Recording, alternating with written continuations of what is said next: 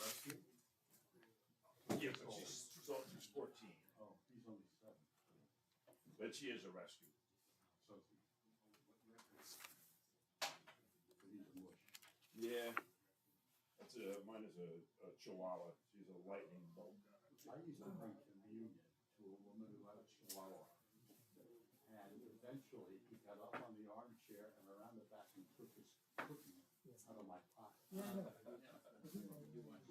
adorable. Look at the Ah, here comes your chair. Let's see if you can jump, John. Yeah. That's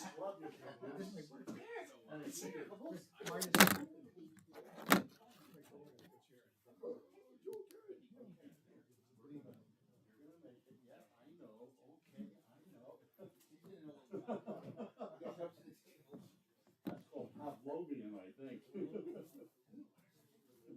All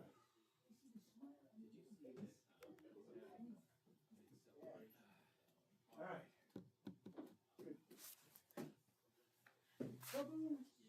All right. Yeah. My best friend's the dog. No. My daughter has a dog. He's a member of the Heinz 57 Church. It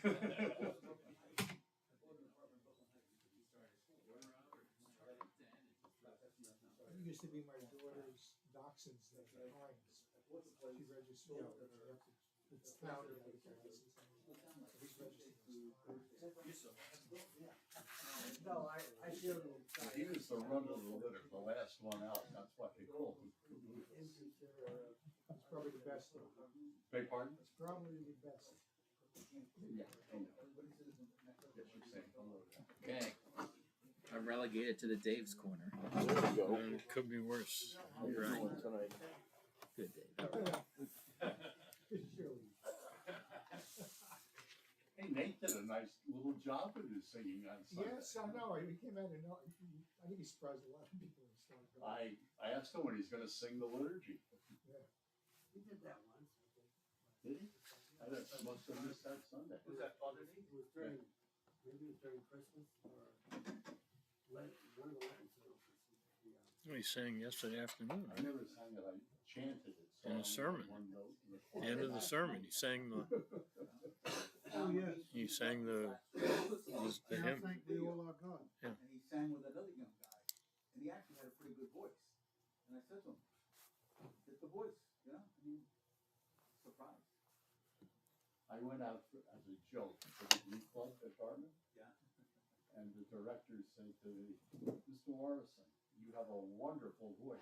Have you ever heard of a tune? End of audition. Just make a joyful noise. Yep. That's it. The Lord only hears in harmony, right?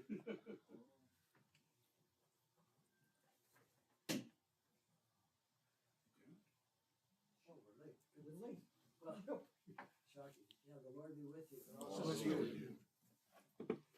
Well, there's a promise in Scripture where it says, "Your word is a lamp unto my feet and a light unto my path."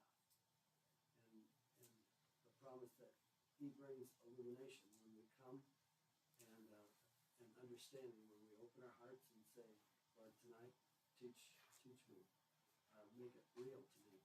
So that's what we're going to ask God to do. Father, we claim your promise that you will lead us by your Holy Spirit. Give us insight and understanding as we read these stories afresh of what happened and what you said. May it become real to us, each of us, in a special way, and become light and help and guidance. We pray for Jesus' sake. Amen. Okay, yes, we are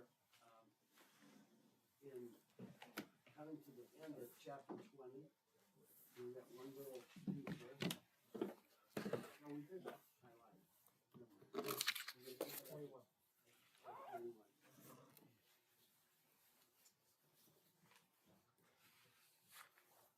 Okay, we didn't do.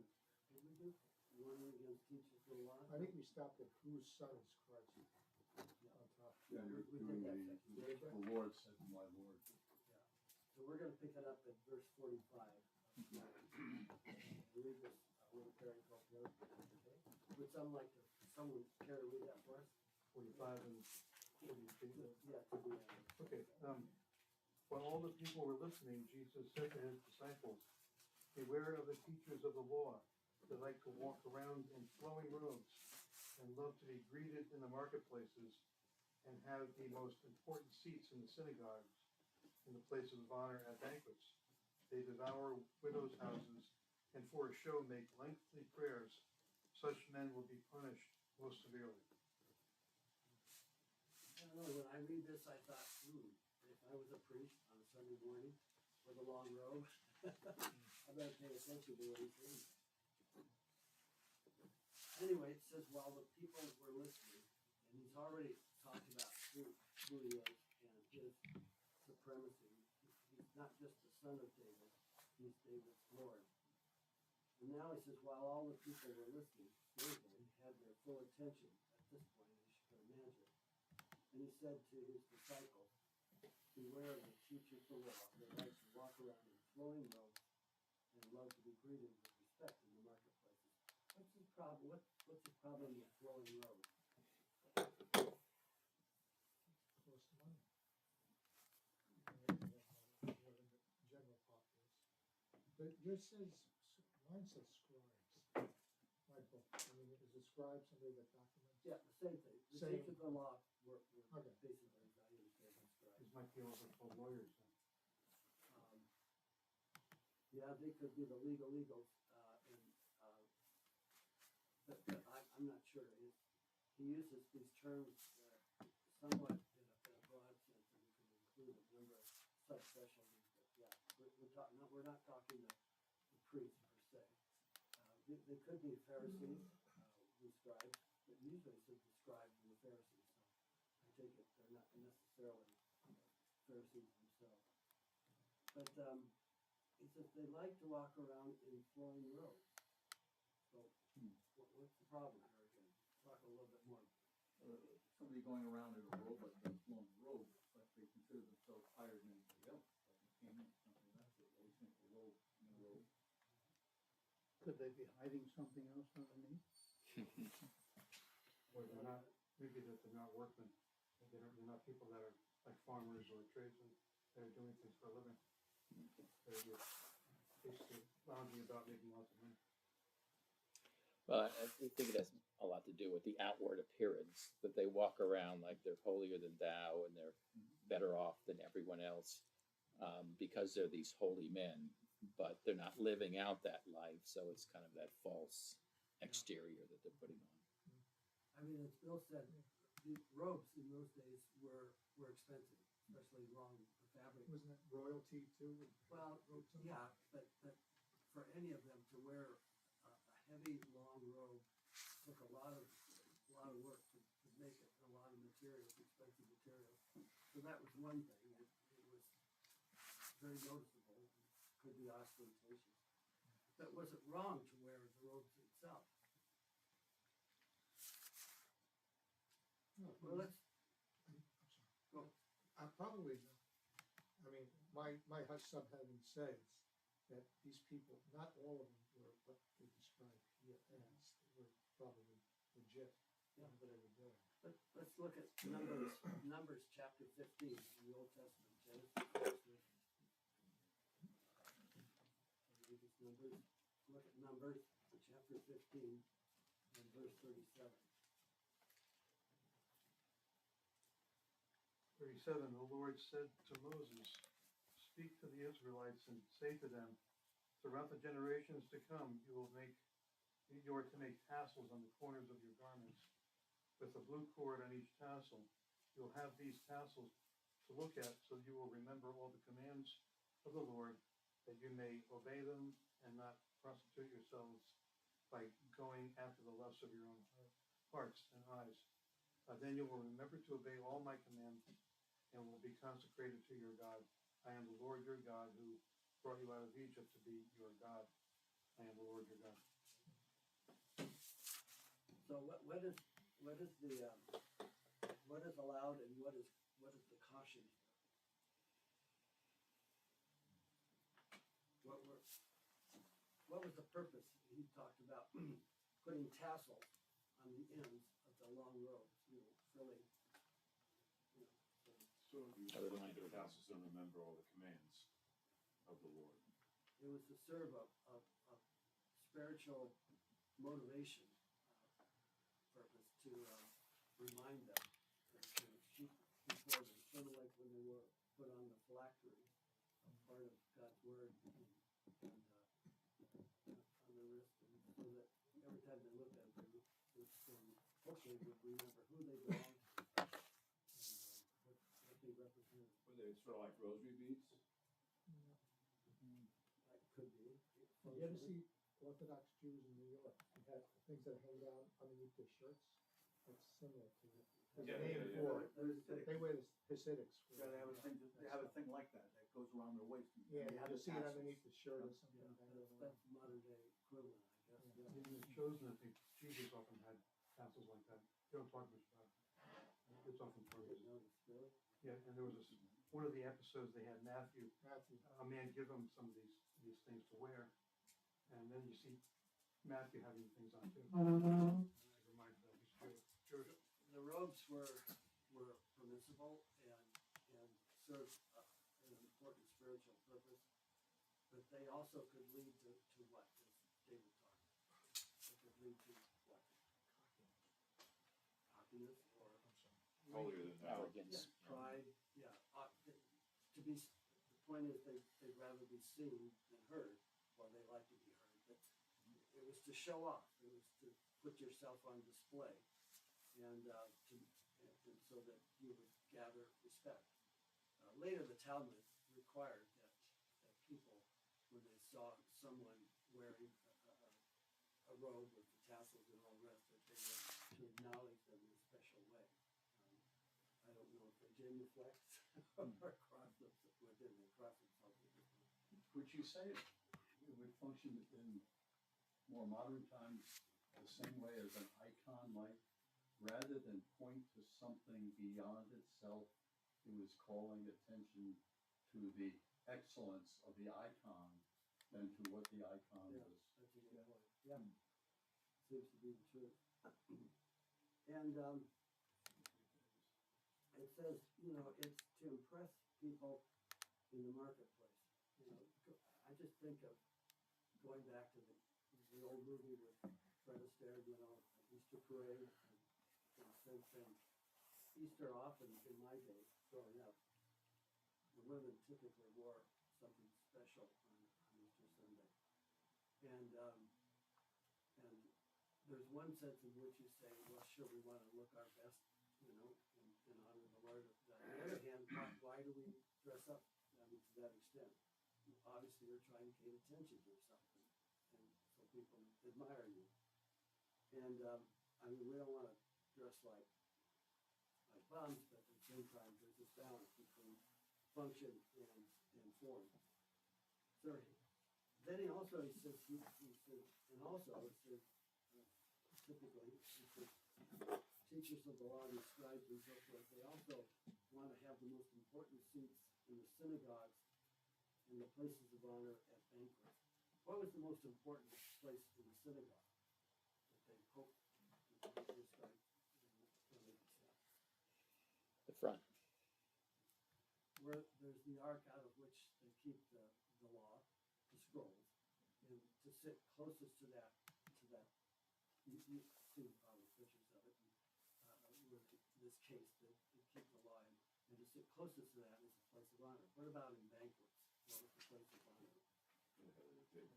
Head of the table, sitting next to the host, right, to the right side of the host. And so when Jesus said, "You will be sitting at my right hand," to his disciples, that meant the places of honor. So these guys were scrambling always to be first in line. I like to be first in line too, and I hate queues in airports and so forth. But anyway, The handicapped, you get right to the bend. that's why I put my Get a wife in a wheelchair. wheelchair. Away you go. Dan, there's a wonderful, you could get this, Dave, probably by going online. I might have a copy of it at home. Kyler Black drew a cartoon of just this with two women who have been competing over the years for the Easter hat of the season.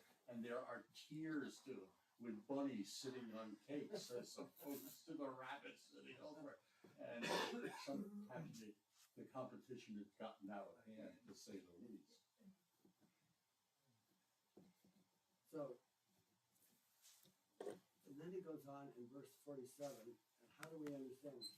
It says, they devour widows' houses, and for a show make lengthy prayers. What does it mean to devour a widow's house? They take advantage of the widows. The widows had no support. So, you know, you have a nice piece of property pretty close to the shul, it's a lot more money than anything else there. Yeah. So you always want to get those houses first. So if it's a widow, scoop it up. Good, yeah, it's good point, insight, thank you. Yeah, in other words, we don't know for sure what this looked like, whether they were taking advantage, like some of them were managing the houses of a widow. You know, she had no supporting family, no husband, and no sons to take care of it, and close relatives. And so a priest would manage it, but in the managing process, he would help himself to a profit. But we don't know for sure. But the point is that obviously what they were doing was reprehensible and really displeased God. And then it's just to make a show. What about lengthy prayers? Where was this at?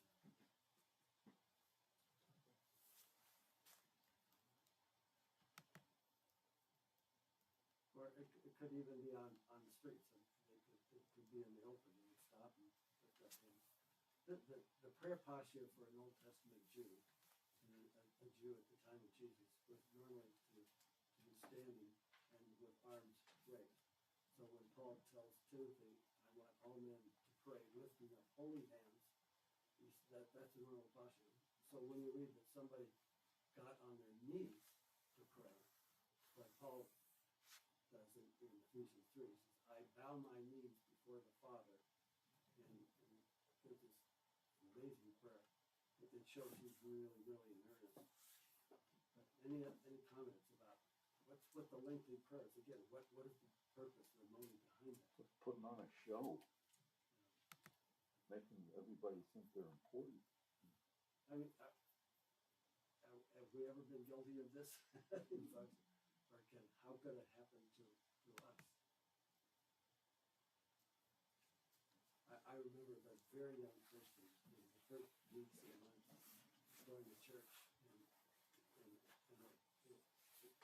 church I was going to was a denominational church, and it was the pastor at times would ask different people to pray, even during the service, the beginning, and I was scared to death I might be asked to pray. And the first time I was asked to pray, I just practically melted. I didn't know what to say, what to do. I was so worried about what I could say or that was correct and right and so forth, rather than from my heart just say, Lord, we're in a mess, we need your help, or whatever.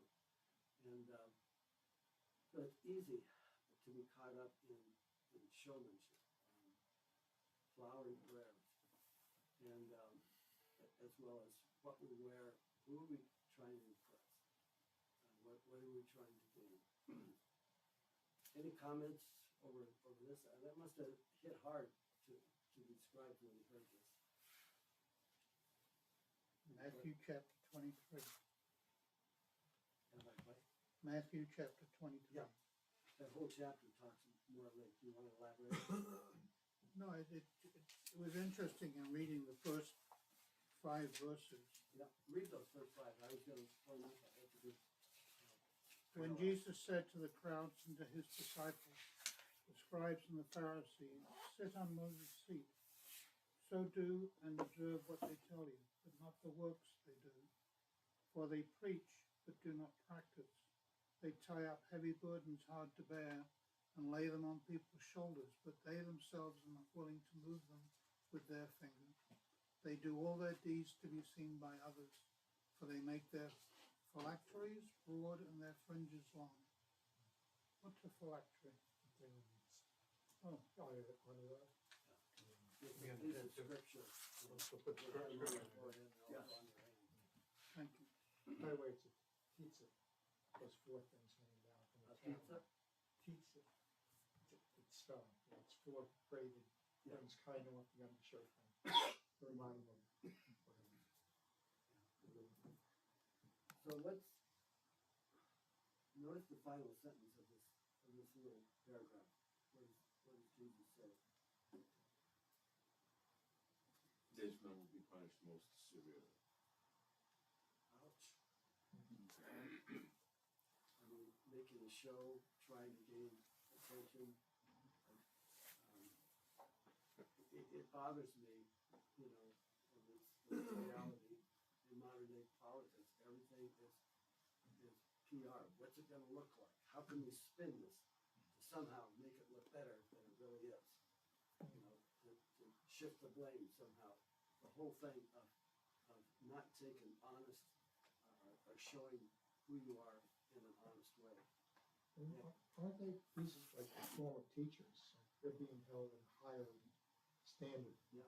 Their punishment will be much different than, That's more severe. Well That's a good insight, Bill. It says that not to be called rabbi.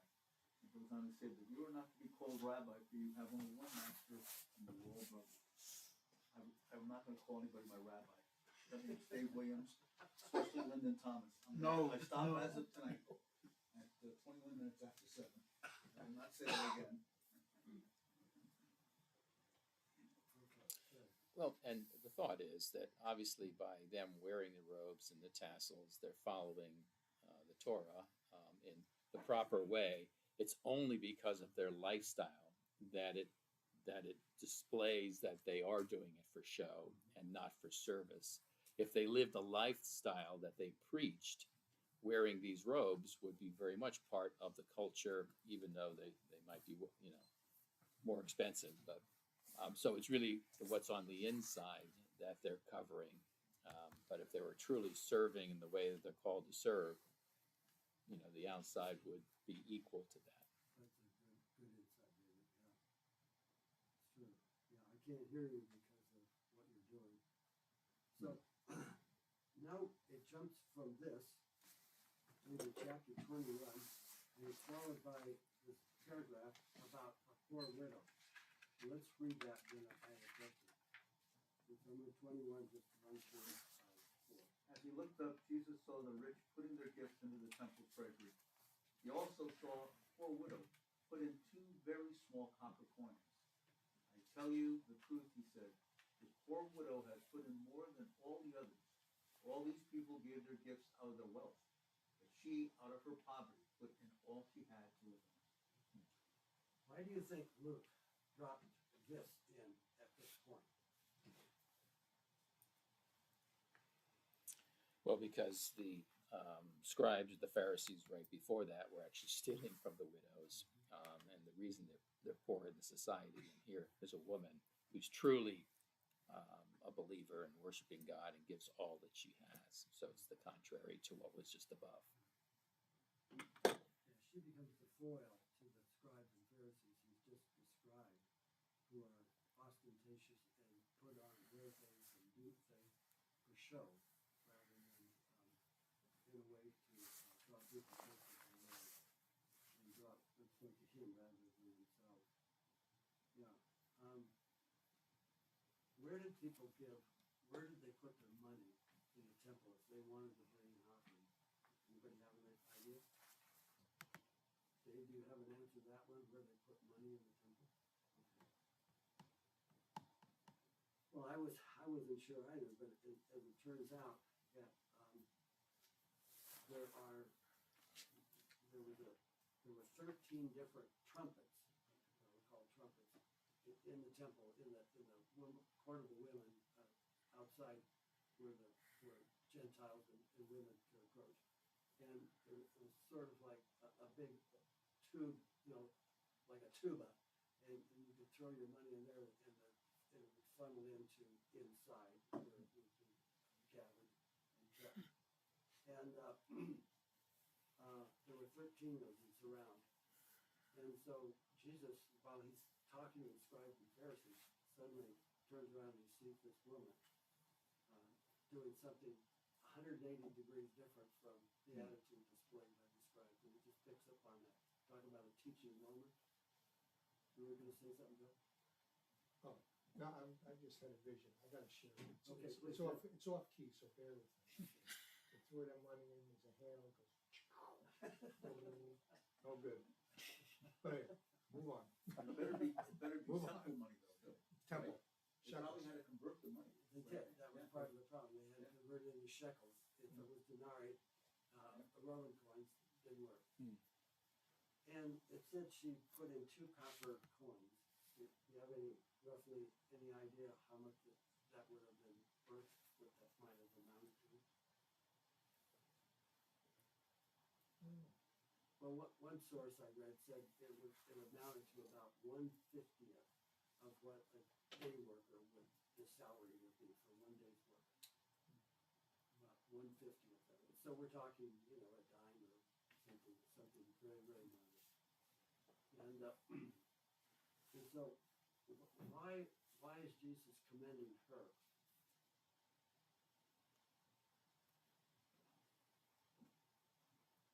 Because as a percentage of her income, she was giving a greater percentage. And as Father John told the story a week or so ago, she gave to what hurt a little bit.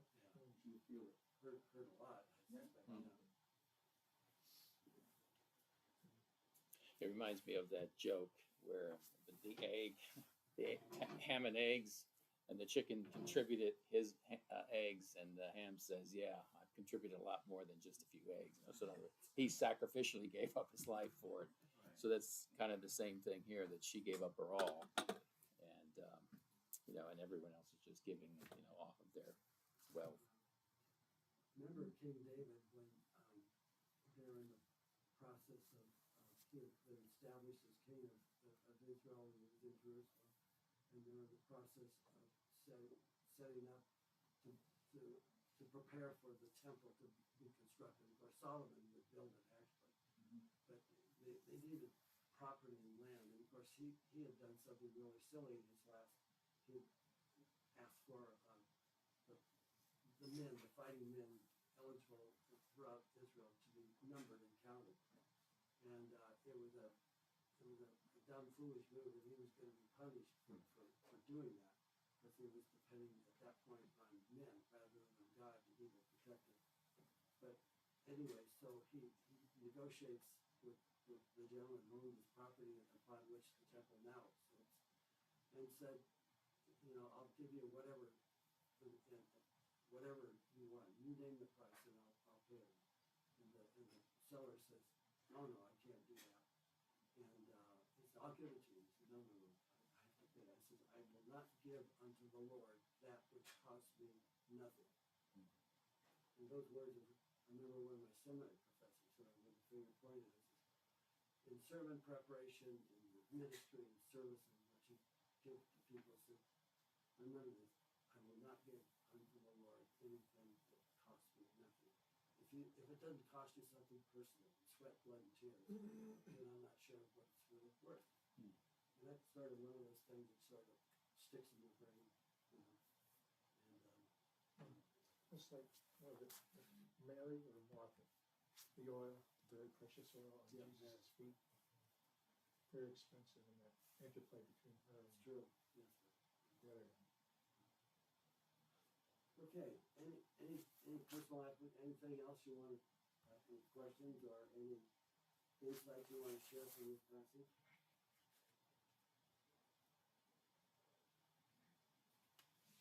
What a contrast. On the one hand, he says, these men will be punished most severely. And he turns around, pointing to this woman, and he said, she gave out of her poverty, put everything she had into it.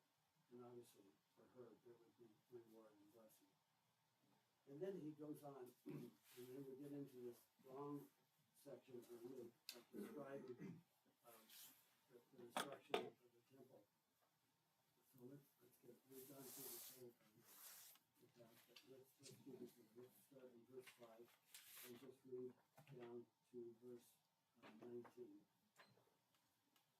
Some of his disciples were remarking about how the temple was adorned with beautiful stones and with gifts dedicated to God.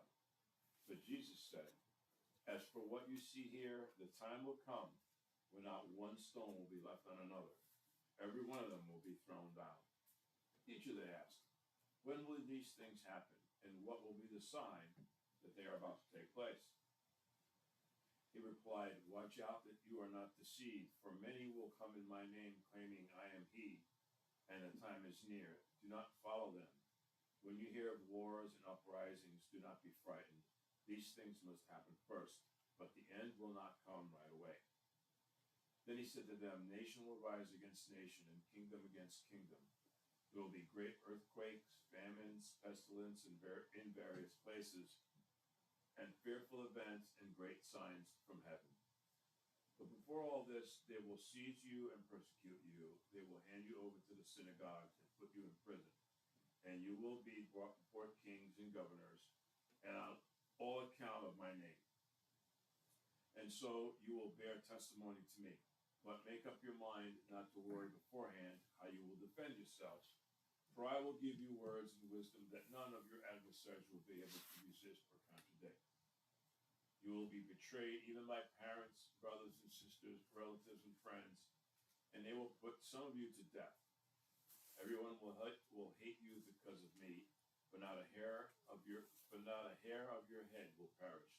Stand firm, and you will win life." As you know, there's a lot of ways of looking at this passage, and is he talking about the whole span of history between that point and his second coming, or is he focusing primarily on the temple and its destruction, which will take place 40 years or so later, and everything is focused on that.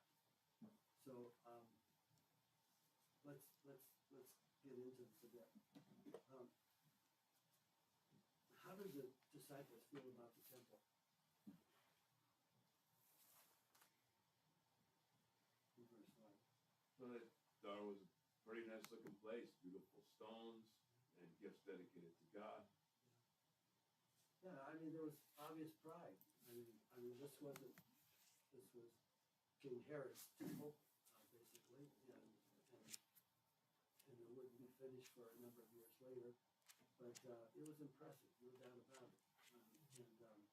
In a sense, I can see that. I mean, I've had a lot of international friends come and at times show them the sights of what you go to D.C. and you look at the Lincoln statue and so forth, and all these other places, and you say, wow, that's impressive.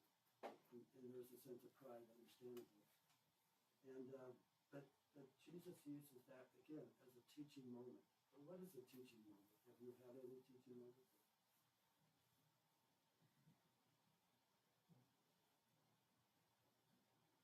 Usually hurt.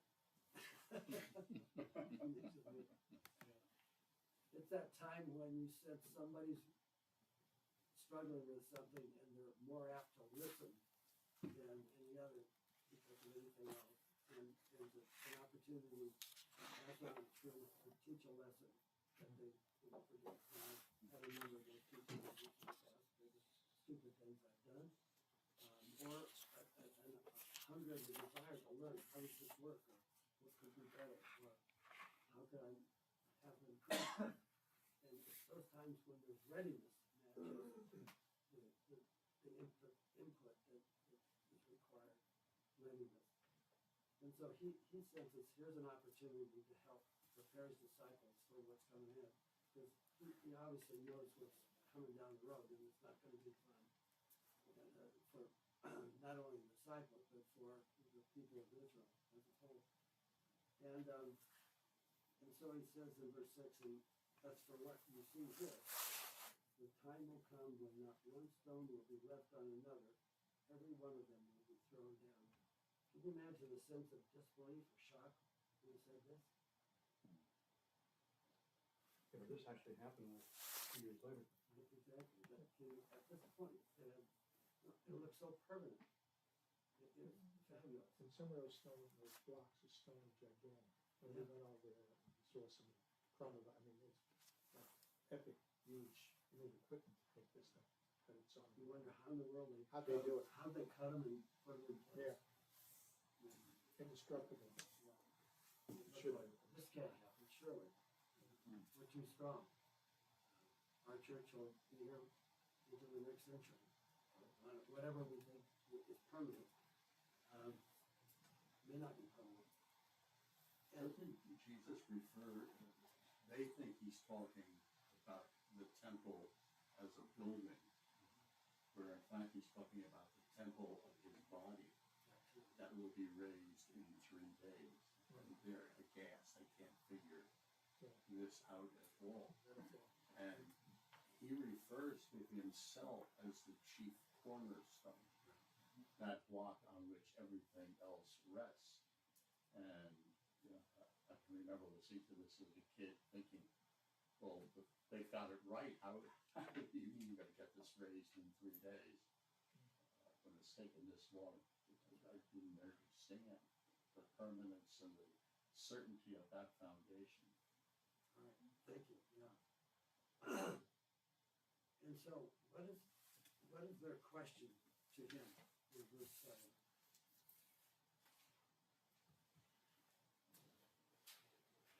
When is it gonna happen and what signs? That they're gonna take place? Isn't it interesting that they always have to ask for a sign?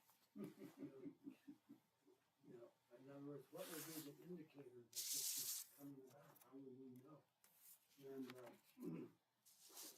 in a sense, they don't say, "Oh, you got to be kidding! Can't happen." No.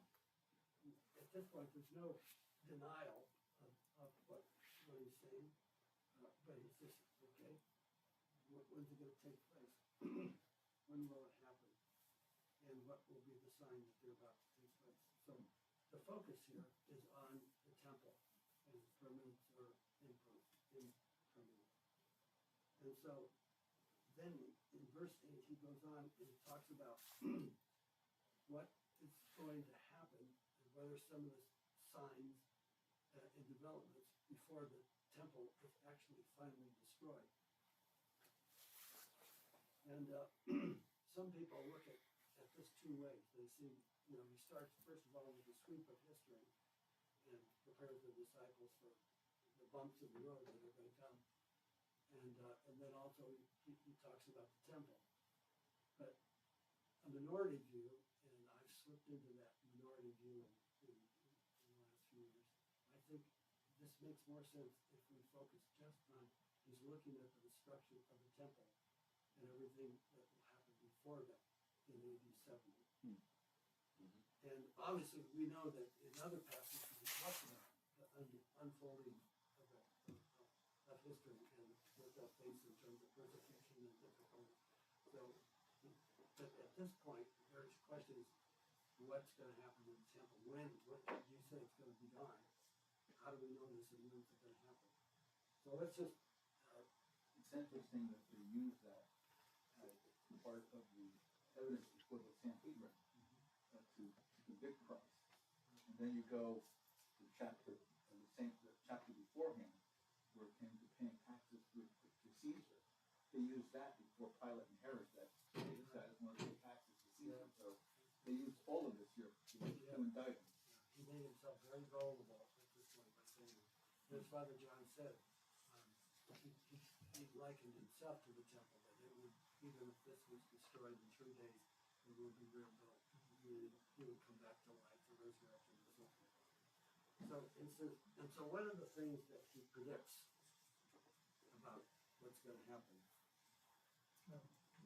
The first thing is, when we have false idols, at the very beginning, we'll be led astray, which would probably start the cycle of what's going to, how people will react around the country. And from there, they'll start to go downhill.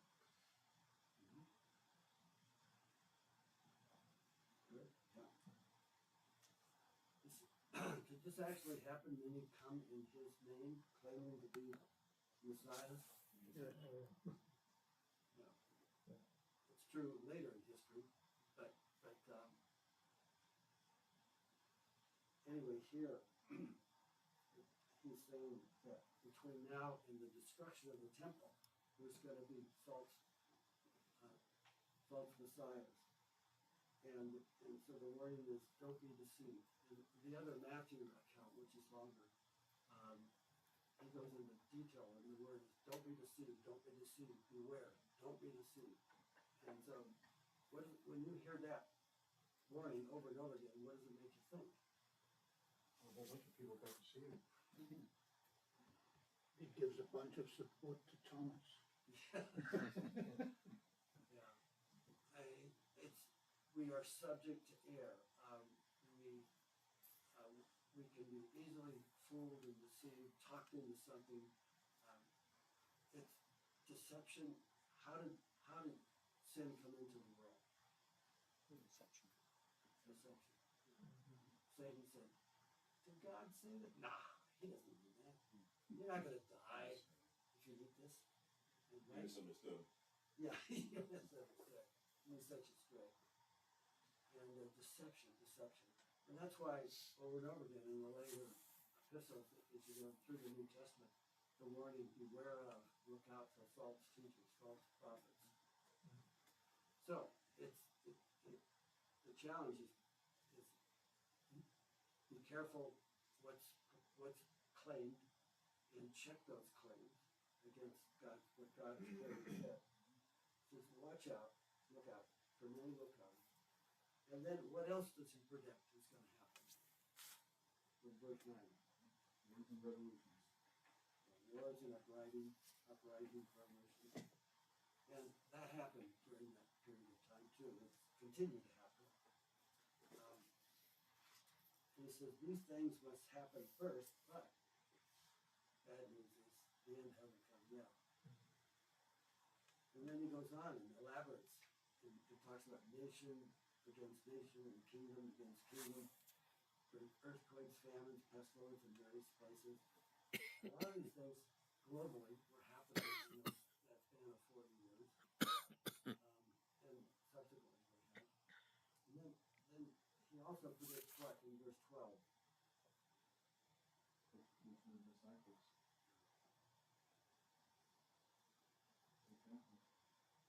Severe persecution.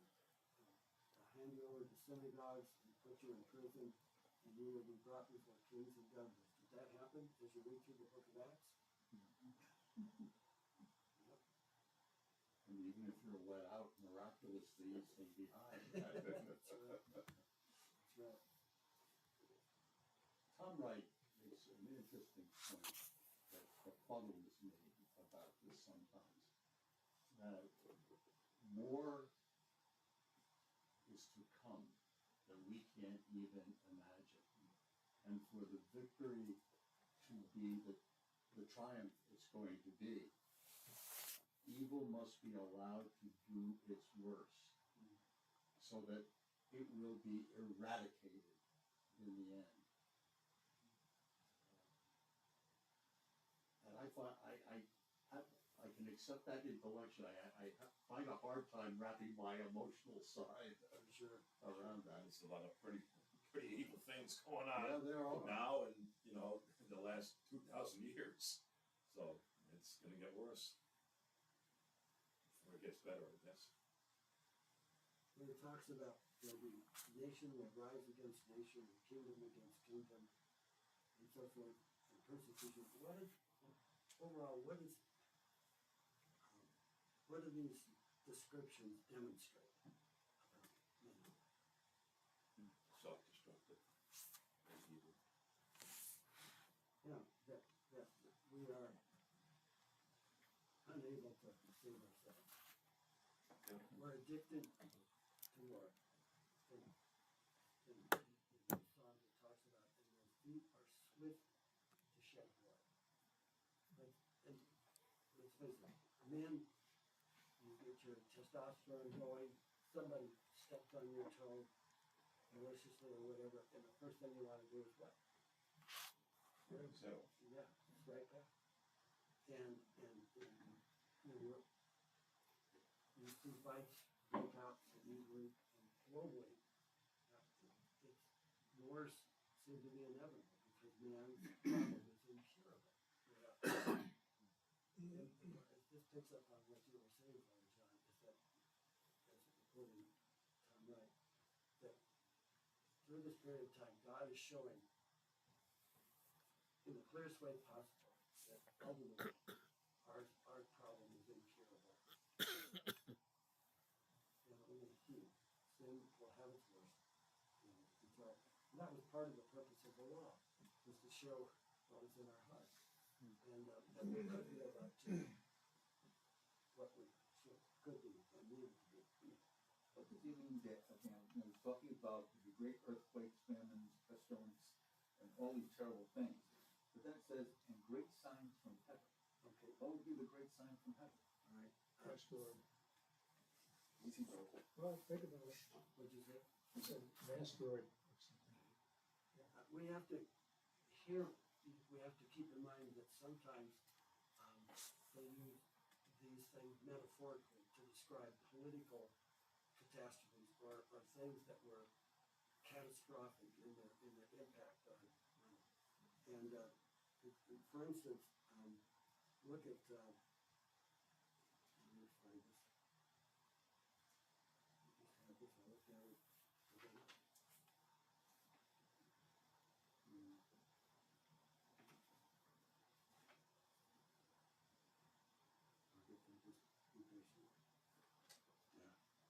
Anyway, he was talking, in the Old Testament, one passage I was looking at, it showed that there was, it used this kind of description of cosmic catastrophe to illustrate what is happening politically or socially, conflicts, upheavals, and so forth. And it doesn't necessarily mean that literally there's displays, special things in the heavens, but rather that they characterize what was happening in our midst. Yeah. There's a guy in Richmond named Michael Lancaster, who is a world-renowned conductor and teaches a lot of music. And I took a class with him, and he showed pictures taken by the Webb telescope, which is millions of miles further out than the Hubble. And he asked the class, he was in concert with Holst, the planets.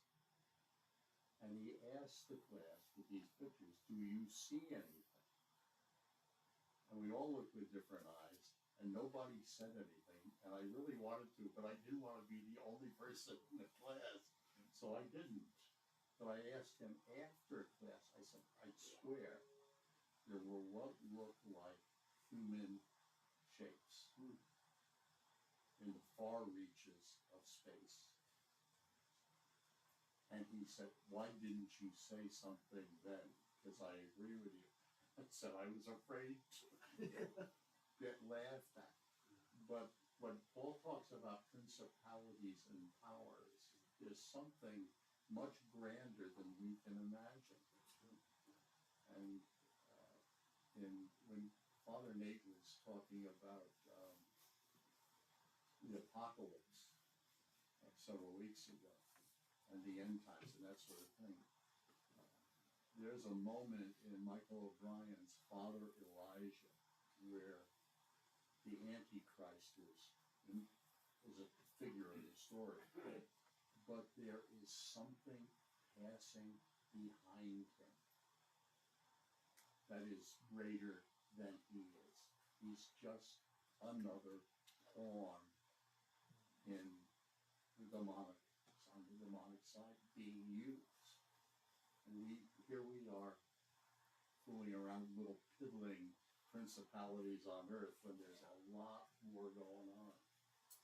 Read the book of Ephesians, and Paul talks about principalities and powers, that Jesus has overcome principalities and powers, but they're still a force. And it's in Revelations, talks about the beast and so forth coming out of the ocean. The ocean was seen as a place of chaos and fear and mystery. And anyway, out of this came, you know, the beast and the dragon, the beast and the false prophet. And they use both political as well as religious institutions to hinder or to harm God's people. And so up above, there are forces at work that we don't fully understand. The other side of it, Paul says, through the church, God is demonstrating to the angels, and Peter talks about this, so even angels long to find out what's going on and what it really means. So it's like we're a drama being held on a stage, but the audience is eternal. It's out there somewhere, it's around, and they're watching this human drama play out. And so it's something that's hard to grasp, but it's part of the reality. Look at verses 12 through 19, and Jesus here makes 3 promises to his disciples. Let's try and tease those out and see what they are and see if they can help us. Somebody read 12 through 19 again, please. Which are the 3 promises that Jesus. But before all this, they will seize you and persecute you. They will hand you over to the synagogues and put you in prison, and you will be brought before kings and governors, and all on account of my name. And so you will bear testimony to me, but make up your mind not to worry beforehand how you will defend yourselves. For I will give you words and wisdom that none of your adversaries will be able to resist or contradict. You will be betrayed even by parents, brothers and sisters, relatives and friends, and they will put some of you to death. Everyone will hate you because of me, but not a hair of your head will perish. Stand firm, and you will win life. What is Jesus' promise? Given words and wisdom to defend themselves.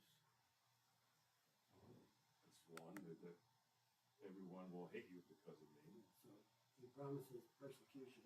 Yeah. Thank you very much. Persecution. And then a warning about that. And then talks about, he promises that even in the midst of that, he will give words and wisdom to be able to explain yourself, and then the promise of protection.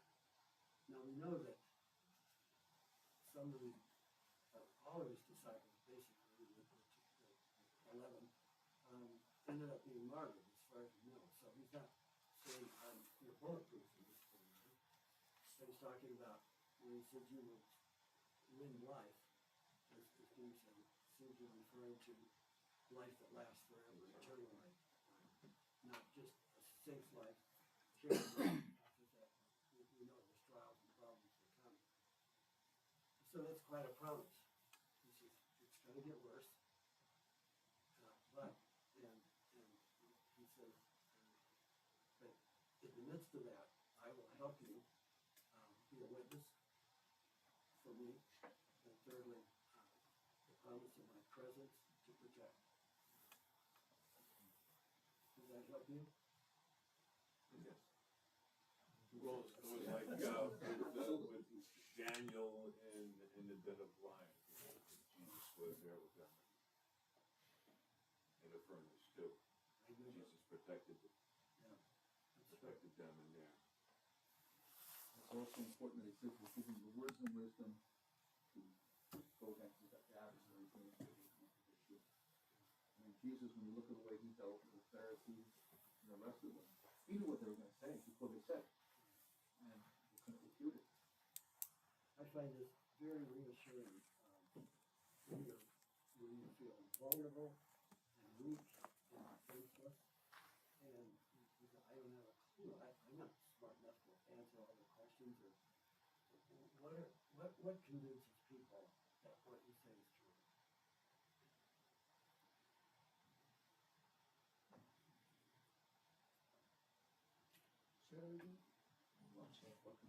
Yeah, what convinces people that what you're talking about is true? The reputation. Well, you can back up the truths that you state. You know, It's your life and your attitudes and your actions. have to be That's the testimony. And I may not be able to articulate as some, like Father John can quote all these things from every book he's ever read. My brain just doesn't go back that far, and hang on to it. But the reassurance that he will take my feeble words, if I'm sincere, and use those words at some point, in some way, to glorify himself, to answer those people. So, but not a hair of your head will perish. For some, it's not working so well. But this last paragraph to me means that not everybody's gonna get these words at all. I didn't hear that last. No, I said, I'm just saying that not everybody will get the same message, the words from God to defend themselves. You know, that's, I guess you'd use the word chosen. Given these words, whatever, unbelievers probably know. There's a wonderful line in N.T. Wright's the day the revolution began, and he says, the victory of the cross is to be implemented by the means of the cross.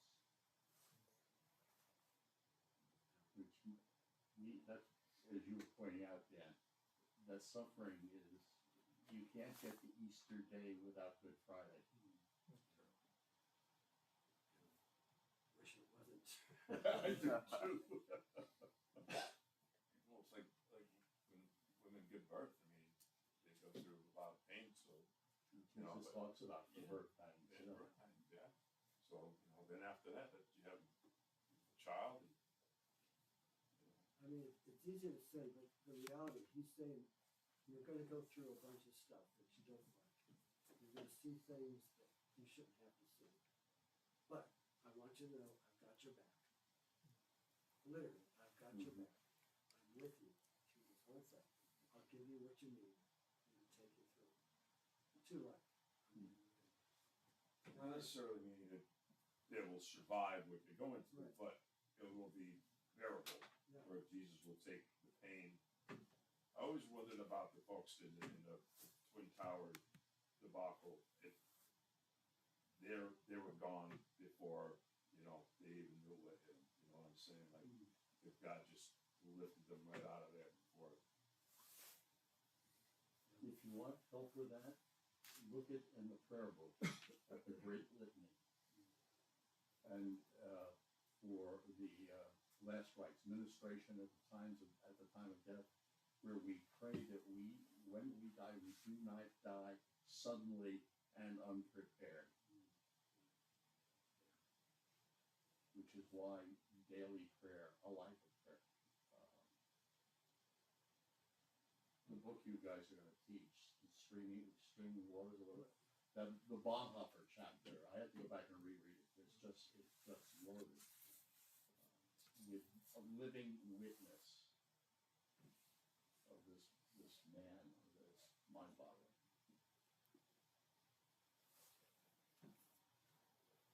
That Paul could himself say, when I was talking about Corinth, there was something bad and scary about Corinth.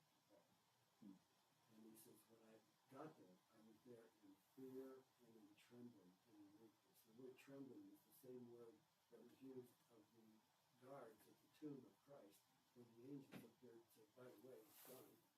And said, and the guards trembled with fear. So Paul was shaking in his boots. It wasn't an easy, it wasn't an easy gig for him to go into Corinth and all alone, to preach and feel like I'm one against all this and all the forces, all these of evil around me, and who am I? And yet the Lord said, and he was ready. He had his passport. He was ready to get on the next plane out. And God spoke to him in a dream and said, I want you, my words, I want you to relax, Paul. I've got it. I want you to stay here because there are many people in this place, meaning there will be many that will come to know you because you stay here and you preach the gospel and I'll work. And I've thought of that in some of the situations I've been in over the years, especially in Asia, that sense of being absolutely alone and totally vulnerable and feeling like I'm just this little thing surrounded by this, and how can I get through this? But that's his promise, and that's what I want to teach you, is he's got your back. That's what Father Nate says there every Sunday morning. You are known, and you're not forgotten, and you're loved. We need to hang on to this. So next week we'll pick it up at verse 20, and we'll come towards the climatic.